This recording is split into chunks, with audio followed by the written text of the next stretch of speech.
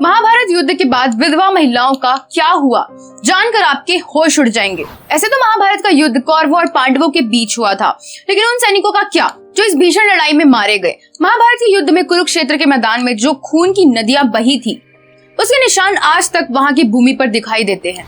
क्या कभी किसी ने इस बारे में सोचा कि महाभारत में मरे हुए सैनिकों के परिजनों, उनकी पत्नियों का सैनिकों की मौत के बाद आखिर क्या हुआ? क्या वह स्त्रियां अपने पतियों के साथ सती हुई या फिर उन्होंने दूसरा विवाह किया? आखिर कैसे जीवन निर्वाह किया उन अकेली विधवाओं ने? इन्हीं सब सवालों के जवाब आपको आज की इस वीडियो में मिलेंगे। आज बताने वाले हैं महाभारत के मैदान में मरने वाले सैनिकों की विधवा पत्नियों का क्या हुआ।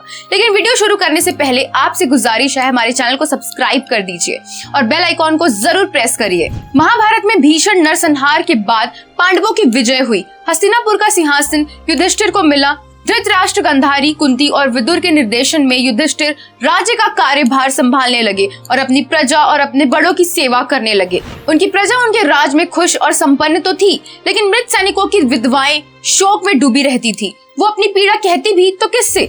लगभग 15 साल बीते होंगे तो गांधारी, कुंती, धृतराष्ट्र और विदुर ने युधिष्ठिर से कहा, पुत्र, हम आपकी सेवा से खुश तो हैं, लेकिन हम अपना बाकी का जीवन वन में गुजारना चाहते हैं। ये सुनकर युधिष्ठिर और बाकी पांडव उदास हो गए, लेकिन बड़ों की बात का मान रखने के लिए उन्होंने उनके वन जाने का प्रबंध कर दिया।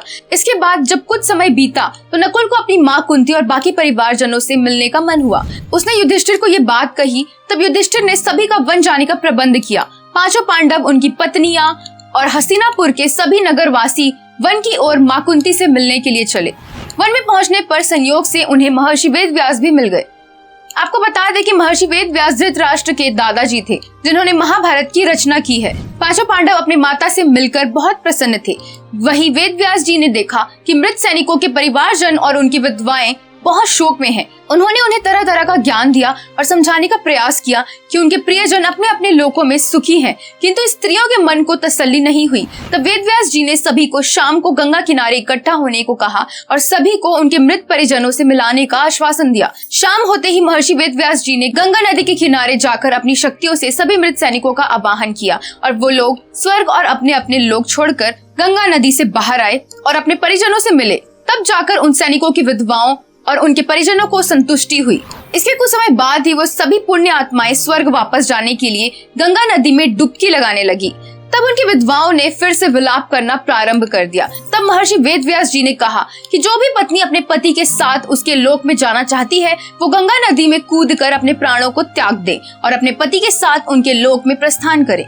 ऐसा सुनकर सभी विद्वान स्त्रियों ने अपने अपने पतियों के साथ जाने का निश्चय किया और गंगा नदी में कूद गई और अपने अपने पतियों के लोक को चली गई। ऐसा करके उन्होंने अपने पतिव्रत धर्म का परिचय दिया।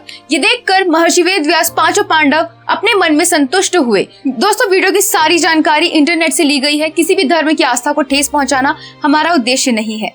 तो दोस्तों, ये था आज की वीडियो का लक्ष्य। देखा आपने कि पतिव्रता पत्नियां अपने धर्म को निभाने के लिए अपने प्राणों को देने से भी पीछे नहीं हटती। तो कैसा लगा आज का वीडियो, हमें कमेंट सेक्शन में बताइए। साथ ही हिंदू होने के नाते यदि आप अपने महाकाव्यों का सम्मान करते हैं तो इस वीडियो को अपने दोस्तों और रिश्तेदारों के साथ जरूर शेयर करें, ताकि उन्हें भी ऐसी छोटी छोटी जानकारियां आसानी से मिल सके, जिनका उल्लेख कहीं और नहीं मिलता। साथ ही हमारे चैनल को तो आपने सब्सक्राइब कर ही लिया होगा। फेसबुक पेज को लाइक और फॉलो भी कीजिए।